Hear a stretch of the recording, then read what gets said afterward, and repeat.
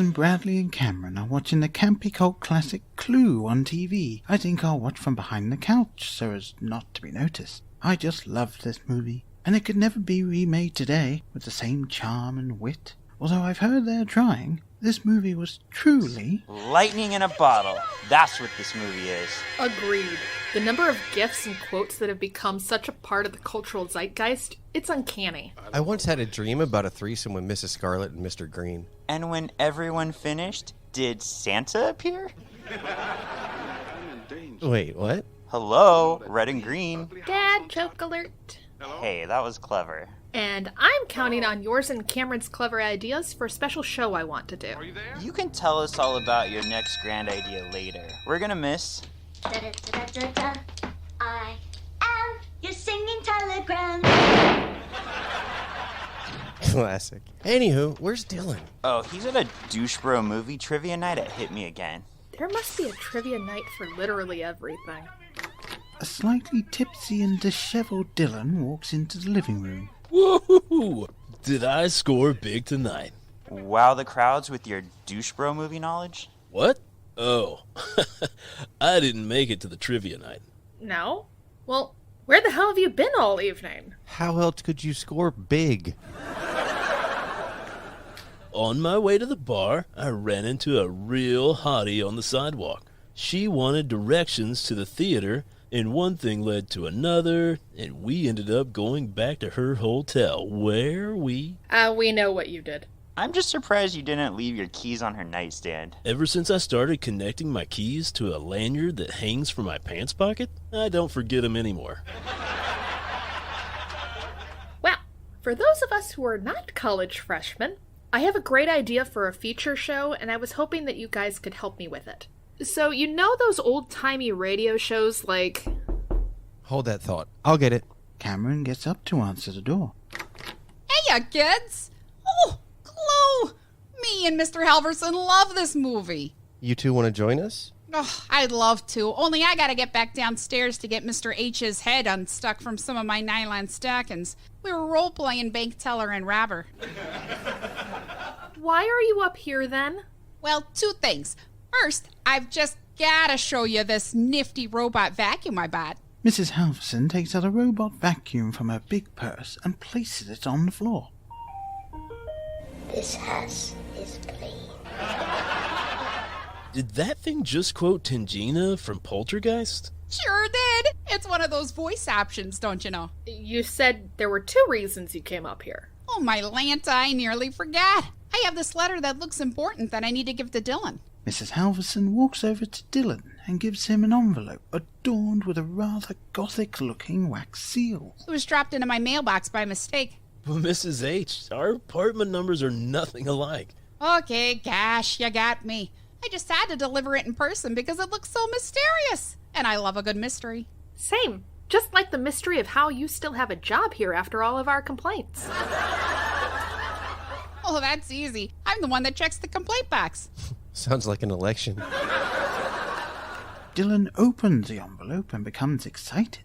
It's the confirmation letter I've been waiting for from my fraternity's big annual award ceremony for alum. I've arranged for us to attend a murder mystery weekend. You know what's funny? That's like my show idea. Isn't that one of those parties where mock murders are committed and the guests try to solve them? No, it's one of those things where actual murders take place, and it's a mystery why we don't just leave. Oh, my Lanta, that sounds fun. You know, back in the old country, I used to be known as the Jessica Fletcher of my hometown. By that, do you mean that you were the one committing all the murders because you were always conveniently nearby to help solve them? You know, Cam, that theory makes a lot of sense. Dame Angela Lansbury has been fooling us all these decades.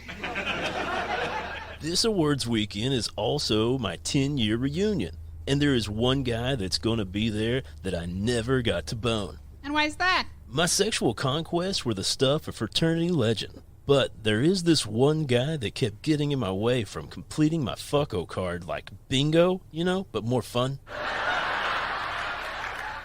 You guys had a bingo card to keep track of those you porked? Yeah, dude. If you could cover your entire fucko card, then you got a cruise or, you know, something. What kind of bizarro school fraternity is this? Anyway, that dude stole the one that got away from me. But I'm gonna seek my revenge. I don't know what's more bizarre. That you've kept this grudge all these years, or you simply didn't get to pollinate all the flowers in your garden. Even the master sometimes fails. So what's the man that got away up to these days? Ironically, he's an infectious disease expert, and I don't know what the old rival's up to. I guess after playing STD roulette all through college, he wanted to make a difference. Dylan returns to reading the letter. Well, it says here that I'm short 5 more people for the group rate. I thought hotels always gave you the group rate. Yeah, but this is for the whole night. So do you guys want to come? I'm in. Same here. You betcha. Let me get my cigar and trench coat and Columbo will be there. Speaking of which, you know, Mrs. H, your husband and Mrs. Columbo have a lot in common. How so? Never mind. Since you have the room for the 4 of us plus another, can I invite Mr. Halverson? Sure thing, Mrs. H. Oh, my Lanta, this will be so gosh darn fun. Like that honeymoon we never got to take. I better go tell Mr. H the good news. Dylan lays the letter down on the coffee table, and Cameron picked it up to read. Wait a minute. Dylan, it says here that you only need 4 more people to get the group rate. I know.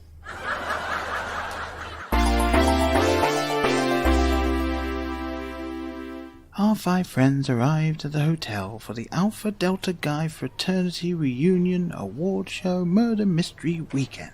Phew, that's a mouthful. That's what he said.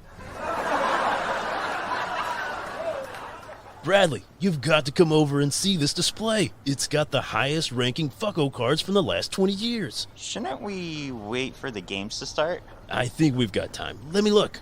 Dylan looks at his wrist at a gorgeous watch. Hey, Dylan, isn't that my Rolex? You said you left it at work when I wanted to wear it this evening. Well, Brad, I do have an explanation, and it's a good one, too. I lied. After gawping at the fucko cards, Dylan and Bradley returned to the group. Oh, there you guys are. Kind of figured you were already shacking up with Tom, Dick, and Harry. I've got my eyes on the one that got away. Looking out at the sea of meatheads, I think we'll have no trouble solving the murders. The hotel is full of the usual frat guy types, hot guys everywhere. All the Brocks, Troys, Jacobs, Bretts, Chads playing beer pong and vying for who can use the most bras in a single conversation. Bradley is visibly awestruck at the bountiful buffet of these DL guys. You know the ones. Hey, Braddy, you got the time? Sorry, my phone died. Grindr's such a battery sucker. Well, where's that gorgeous timepiece of yours? Oh, well, for that, you'll need to ask Dylan. Dylan? It's about time to party. Well, he's already 3 sheets to the wind. Simmer down, guys. We need to pay attention to everything because the murder mystery game officially began when one of the Tylers shotgunned 3 Bud Lights in under 60 seconds.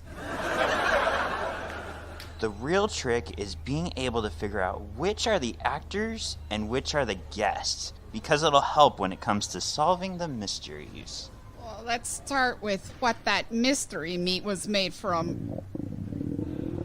Would you kids excuse me? I need to visit the little girl's room. Mrs. Halverson walks to the hallway where the restrooms are located. This will be the one place that the guys' restroom is the one with the line out the door, while our 2 ladies have the restroom to themselves.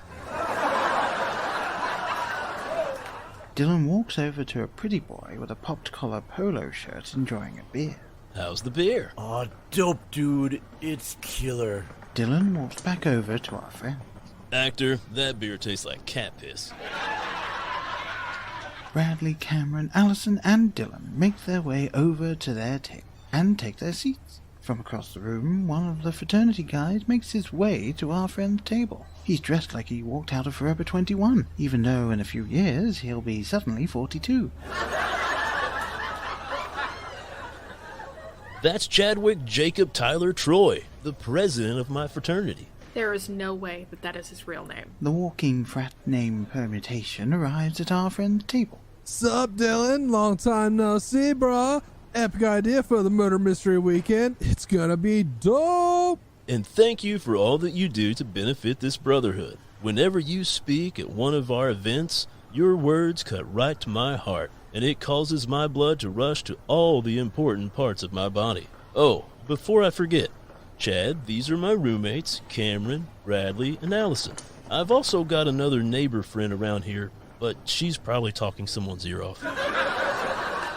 I'm glad all of you decided to attend. We're in store for a weekend none of us should soon forget. Hey Dylan, maybe I'll help you get your last fucko box checked. Woo! Chad leaves the table and goes over to talk to another good-looking frat guy. Ugh, there goes Troy again, trying to steal my man. Oh, so he's the man that got away. Speaking of getting away, I better go see what's keeping Mrs. H. Bradley gets up and walks in the direction of the restroom. Just look at how Troy is flirting with Chadwick. Disgusting. He's still so easy. Dylan? You were just as flirty. But that's because I understand the fine nuances of flirting. That, and this is on brand for me in fact, it's my heritage. What the hell does that even mean? His mother and father were sluts too.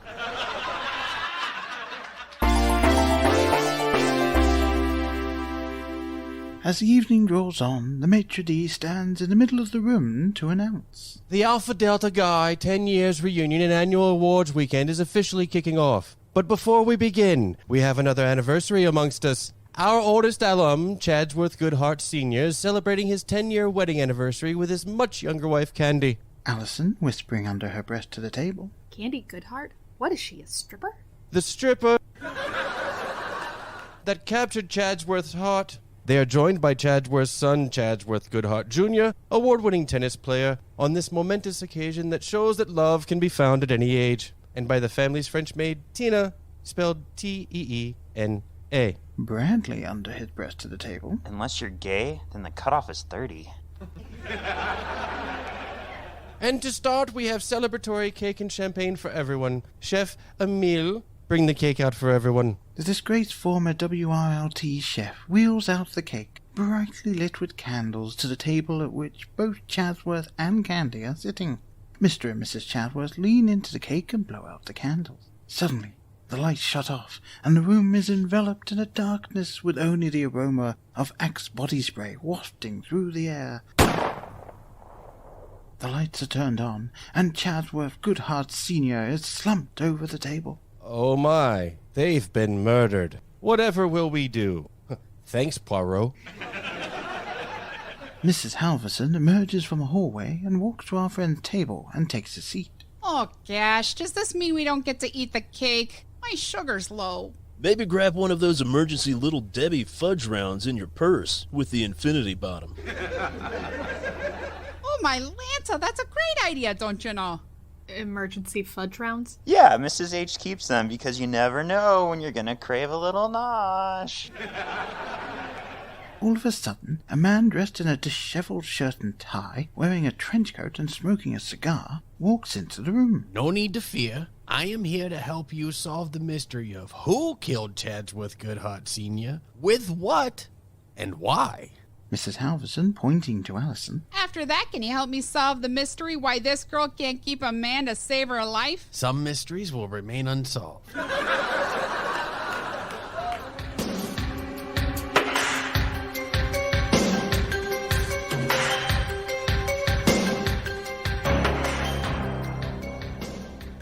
I'm a private detective that was hired by Chadsworth Sr. to dig up dirt on his son that he suspected of having an affair with Candy. Subsequently, and unbeknownst to the senior, I was also hired by Chadsworth Jr. to dig up dirt on Candy because he suspected her of changing his father's will. Now I'm going to need your help to solve the murder.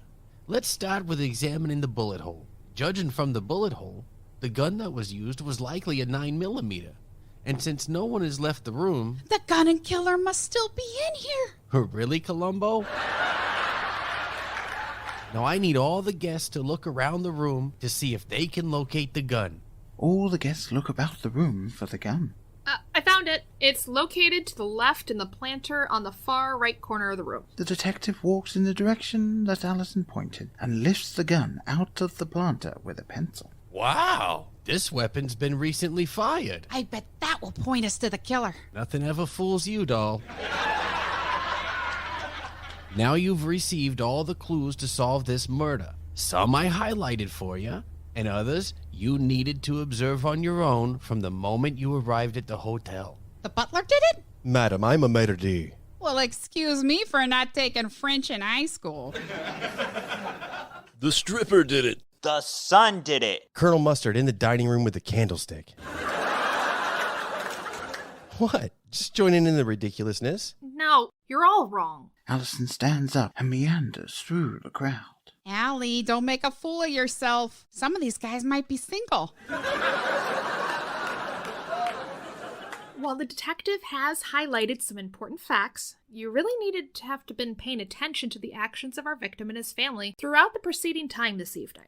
While we know that the gun was used and it was tossed across the room, we instantly think of the son because of his excellent backhanded tennis skills. Perhaps he was worried that he was going to be cut out of the will. But there's a photo of him at an anti-gun rally on the bookshelf, so it's unlikely he ever even owned one. So, he could have used it because he knew his projected pacifist ideology would shield him from suspicion. But you're neglecting that he's right-handed, and the shot trajectory and the direction the gun was thrown could have only happened by a left-handed murderer. Then Candy must have done it because other than the son, she had the most to gain. Yes, but she wouldn't do it because then she would have been instantly under suspicion. No, Candy was certainly involved, but she did not pull the trigger. Well then, whom? The French maid. And just how do you come to that conclusion? Earlier this evening, I was witness to a spat in the hallway between Candy and Tina, at which point Tina slapped Candy across the face. Now, at the time, I didn't think much of it, but when I learned that the will may have been changed, I assumed that they were fighting over Tina uncovering Candy's improprieties with her affair with the son. But just before the cake was brought out, Chadsworth Jr. was making out with one of the dude bros on the lanai, so he wouldn't be involved with Candy. Go on.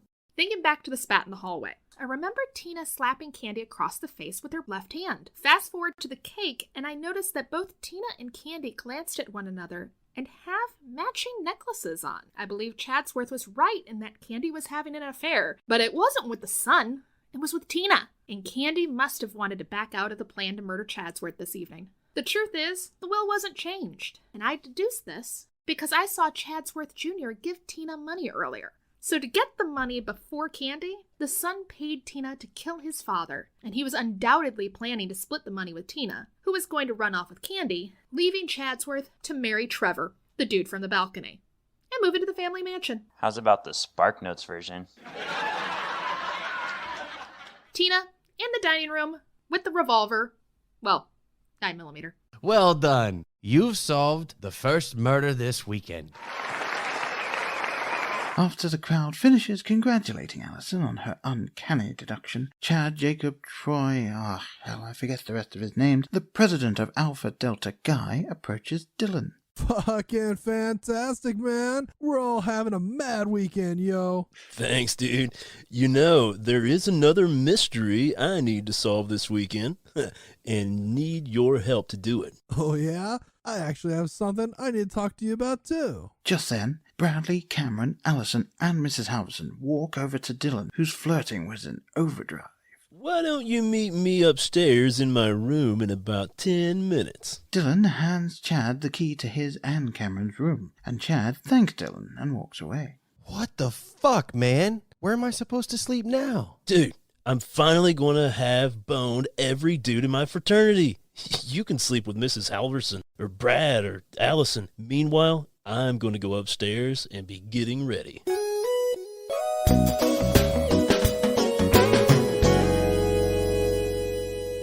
Dylan is in the restroom of his room getting ready for his big hookup, when he calls from the restroom out into the main bedroom. Hey, Chad, I'm slipping into something more comfortable. If the Jack and Coke arrives while I'm getting ready, answer the door and tip the cutie. There is no answer. Chadwick? Chadwick, babe, can you answer the door? I'll get it. Dylan walks out into the bedroom, shirtless with only a jockstrap on, and answers the door. Dylan opens the door to reveal the bellboy holding a tray of Jack and Coke. Dylan is taken by the svelte bellboy with his V-shaped torso and sexy scruff, with piercing green eyes and luscious brown hair. Oh, I got a tip for you. How's about you come here later for it? Ooh, Don't mind if I do. I'm off at 11, but for now I gotta place this tray in your room. Oh, I've got it. No, I gotta place it in the room. It's union rules. The bellboy walks past Dylan and places the tray on the dresser. What the fuck? What is it? There's a man stabbed into bed. I'm telling hotel security. I think I'll be hooking up with someone else tonight. The bellboy runs off, leaving Dylan with the dead Chad. What the hell? This has got to be some kind of joke. Have time for another podcast and enjoy listening to two idiots discussing films? Then look no further. We are Movie Drone Podcast, two mates sitting down to discuss new releases, nostalgic films, and anything and everything in between. He's Steve. And he's Mark. Together we answer listener questions and set each other homework, giving each other a film to watch that the other hasn't seen, in the hope of unearthing hidden gems. You can download us on iTunes, Podbean, as well as Google search us to find us on loads of different platforms. Or email moviedronepodcast@hotmail.com. I think that's all. No chance, mate. Huh? You've forgotten everyone's favourite feature, Mark's movie impressions. Oh, I'd hope you've forgotten it too, to be honest. No chance of that, mate. You think you should do one. I hate you. Come on, mate. Show 'em what you got. I ain't no bomb. I ain't no bomb. Yo, Adrian! And if that hasn't put you off, give us a try. There's a small chance you won't regret it.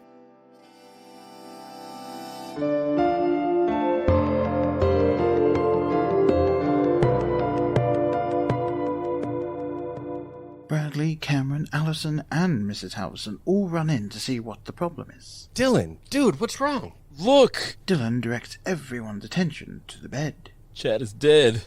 Oh, is that all? What are you talking about? A man is dead in my bed. And no, it's not a lengthy refractory period. It's all part of the evening's affairs. It's not a part of the murder mystery weekend. He's dead. Mrs. Halverson walks over to the body. I don't know, Allison. He looks pretty dead to me. Hold on. I watched a first aid YouTube video once. I'll check his vital signs. While Cameron is checking for a pulse, Bradley makes his way towards the door. What are you doing? I'm getting out of here. I think I'm gonna find that bellboy and see if he needs some comforting after walking in on a murder scene. No one is going anywhere. The detective arrives with the bellboy. You. Yeah, you with the big teased up hair and the Tammy Faye makeup on. Woo! That's me! Take the mirror from your purse and hold it under the victim's nose and see if it fogs up. How'd you know I had a mirror? Well, that makeup doesn't apply itself, does it? Mrs. Halverson walks over to the body and holds the mirror under his nose. Oh, he's dead, you betcha. And the only two people in that room were the victim and that guy. Don't be going far, sir. As of now, you're the only suspect. Wait a minute. You're just an actor. You don't have any legal jurisdiction here. Oh, on the contrary. Yes, I was playing the private detective earlier, but I'm also a commissioned detective with the Tampa Police Department. Damn. Next thing you know, Hercule Poirot will show up in his trademark mustache. Our five friends are in Bradley and Allison's room, sitting on the bed, looking all out of sorts. Bradley pours everyone a drink. You brought your own brandy? You drink the stuff out of the minibar. Pretty sure they offer special financing. Why'd you do it, Dylan? Me? I didn't kill him. The only penetrating I was planning on doing was, well, you know. But dude, you were the only one in the room, and no one else had a key. Perhaps someone else did have a key. You know, maybe that bellboy had one. I'm afraid that's impossible. What, that he didn't have a key? No, that he did it. You see, I was with the bellboy, keeping him busy, after dinner, and before he brought the Jack and Coke to the room. That's it. I must have done it. I knew I shouldn't have taken those pills that Danny gave me before we left. And really, I shouldn't have mixed them with a gin and tonic at dinner. Don't worry, dude. We'll figure this out, and if we don't... We'll visit you in prison, and I'll bake you a herring souffle with a metal file on it so you can escape. It's gonna be all right. I'll just get free food, health care, and higher education while there. Oh yeah, plenty of conjugal visits, too. I'm afraid that's not a thing anymore. Back in the old country, I used to provide conjugal to our local boys in the pokey. Really, Mrs. H? Wasn't that risky? Nonsense. Have you seen the food in those places? Even our striped boys deserve to have a good home cooking while they pay their debt to society, don't you know? No, not casserole visits, conjugal visits. If justice and truth don't prevail, I'll be brave, and I'll always carry rubbers and lube. After I shiv a prisoner to show that I'm not only good-looking, I'll play the pretty boy jock with boyish good looks and all the bears want to get with.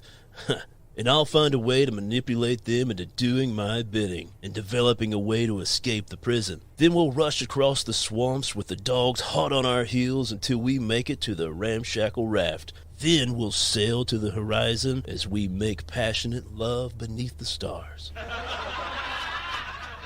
Relax. I'm pretty sure you're not guilty. Only pretty sure? Hey, it's the best I got right now. Excuse me while I vomit. Dylan leaves the bedroom area and heads into the bathroom. Way to go, Cam. Now you've gone and made him sick. Well, he did lie about having my Rolex earlier, and after theft, murder is the next logical step in deviant behavior.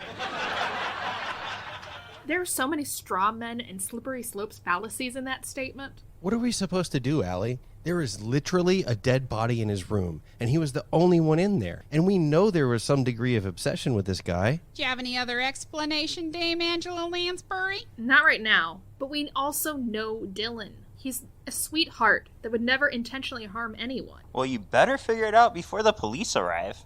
I believe in you, Allison. I mean, you did wonders with that murder earlier this evening. That was a game, Mrs. H. This is real life. Yeah, Allison isn't too good at the game of life. Dylan emerges from the bathroom. Allison gets up to answer the door to reveal the detective. I'm afraid that I'll need to cuff our suspect until reinforcements arrive. This is it. The beginning of the end. You. Who, me? Bring me your handcuffs. But how did you know I had... Pink furry handcuffs? Just a wild guess.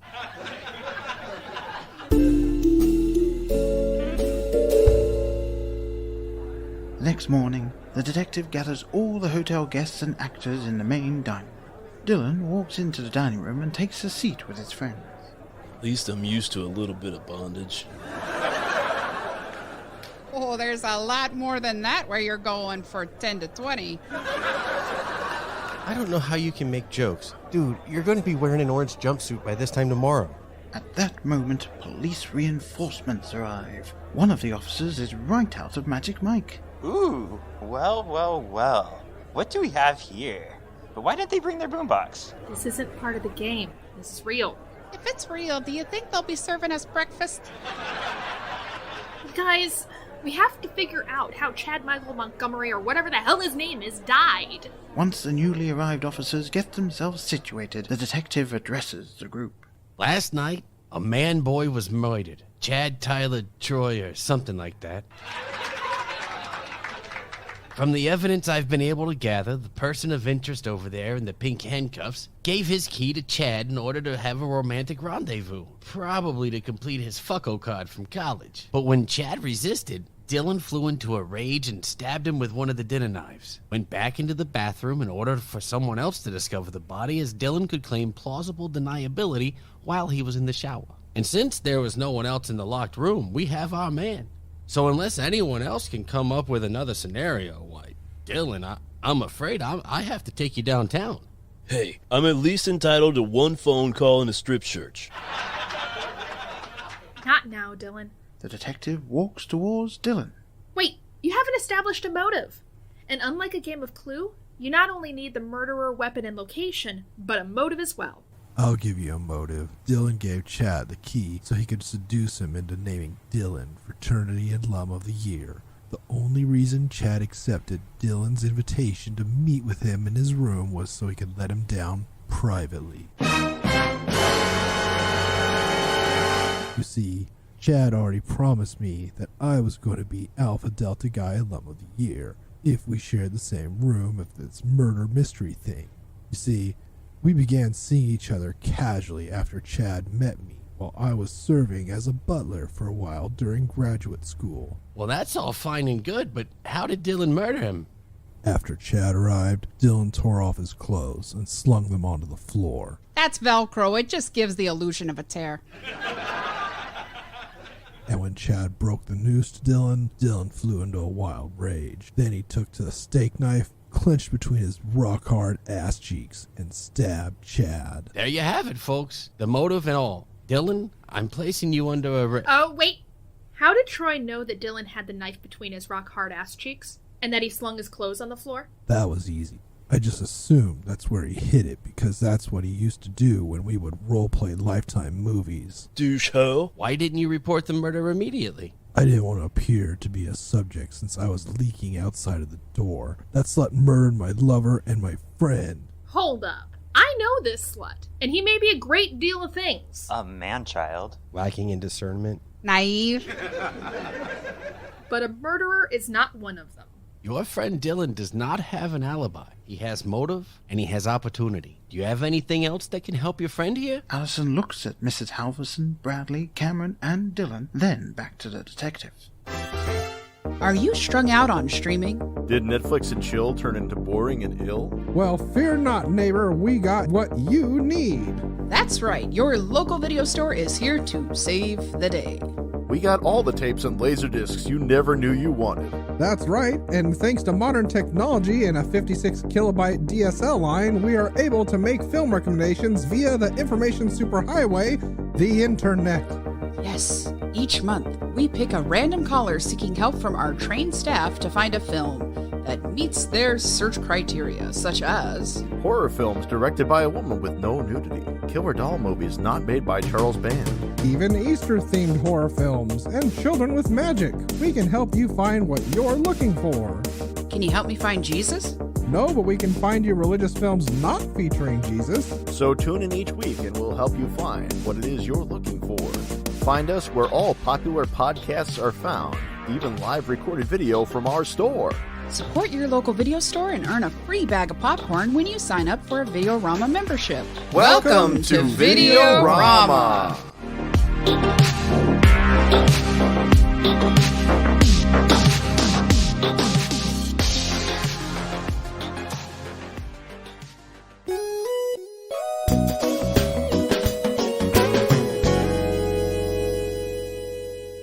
With all eyes on the detective and Dylan, the detective moves in closer to take Dylan away to the big house. Allison is visibly frustrated and deep in thought as the detective takes Dylan and begins to walk in towards the door. Allison says, Wait! How did Troy know that Dylan flung his clothes on the floor? No one except the five of us, the bellboy, and you saw the room. Otherwise, it was cordoned off from everyone else. There had to be someone else in that room, or had access to it with motive and opportunity. Like Troy. And what's my motive? I'm guessing the oldest one in the good book, jealousy. What book is that?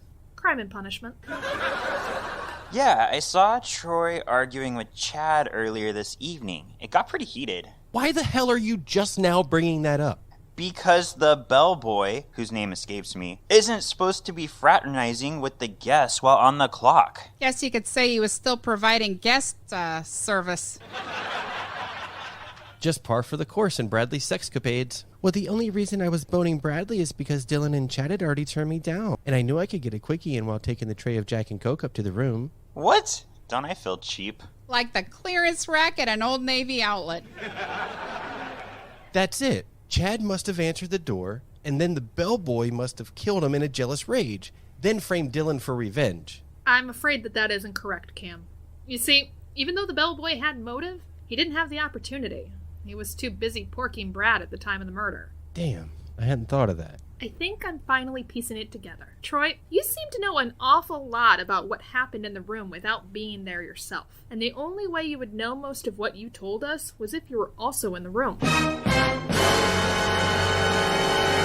Before we hear another gosh darn argument, can we please eat breakfast? Okay, everyone. We'll have breakfast, then Columbo here can thrill us with her criminological acumen.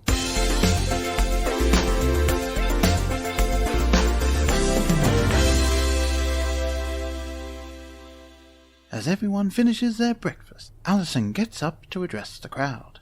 Care to explain how you knew all those details about the going-ons in the room, Troy? I was upset that Chad was possibly shacking up with Dylan, so I went upstairs to confront him. After leaning my ear up against the door and heard them talking, I peeked through a keyhole, and that's when I saw it. Honey, there are no keyholes. Believe me, I tried to borrow some silverware for my collection, room, and learned that all the doors have card keys, so my lockpicking kit wasn't gonna work, don't you know? I'll tell you what I think happened. Troy saw Dylan give the card key to Chad, and probably overheard Dylan's trademark flirting. Feeling possibly spurned by Chad, Troy stole a steak knife from dinner. Big deal, I took a whole place setting. Not now, Mrs. H. Troy then followed Dylan and Chad upstairs. He knows both of them well enough that he anticipated Chad ordering room service for Jack and Coke. He remembered that from his butler days. So Troy knocked on the door, and Chad opened it. And that's when Troy took a knife and plunged it into Chad. Chad stumbled backwards and fell onto the bed. And then Troy happened to see Dylan's clothes were slung on the ground. And Troy closed the door and left before the bellboy could finish with Bradley. So when the bellboy arrived, no one would be the wiser. Jealousy was the motive. So the butler really did do it! Before I leave, there's just one more thing. Dylan, those are some nice shoes. You think I could get a pair like that for about $20? I don't think so. Damn. You know, the missus, the missus would love to see me in shoes like that. I trust everyone had a fantastic weekend. Oh yeah, I seem to have made a full recovery.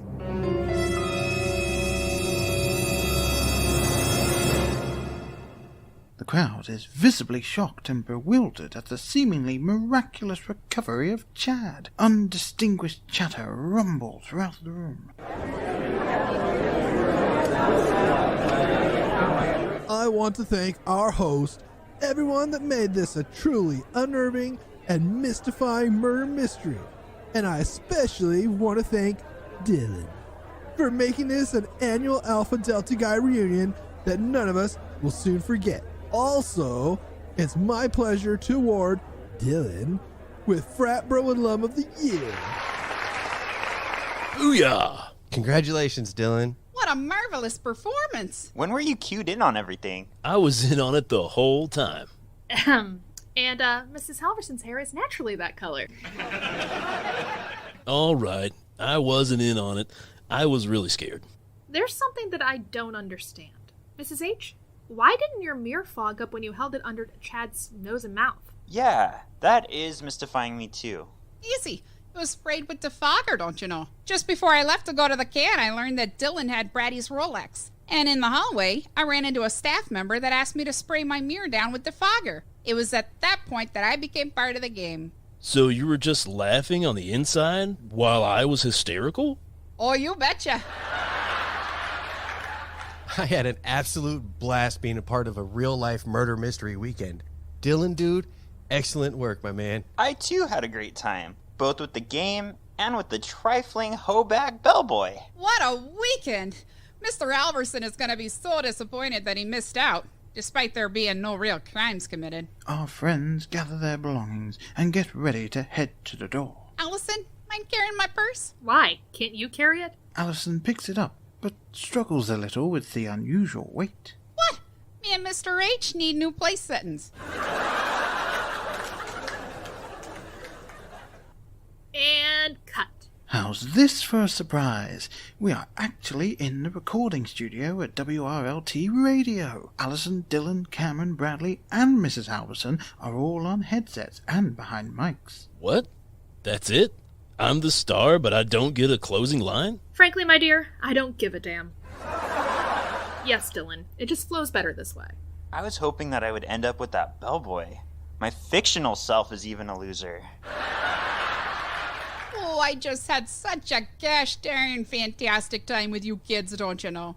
Allison, your idea for an old-timey murder mystery radio program was genius. We had the sound effects and everything. Thanks, guys. I think the viewers are going to love it. Only, I've got a question. If we were voicing ourselves and the other characters, who is voicing the narrator?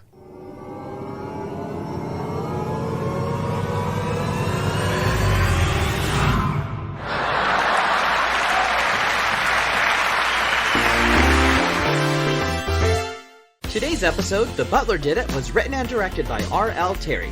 Voicing our regular cast, Sean Perrette as Bradley, Jeff Feitner as Cameron, Cassandra Dodge as Allison, Josh Williams as Dylan, Linda Castro as Mrs. Halverson, and Paul Hawkins as the narrator. Guest starring today, Donnie Roberts as Chad and Troy. Our theme song was written and recorded by Lana White and produced by Dave Anderson. Our producer is Danielle Meskel, and our editor is Jason the Vern Hemming.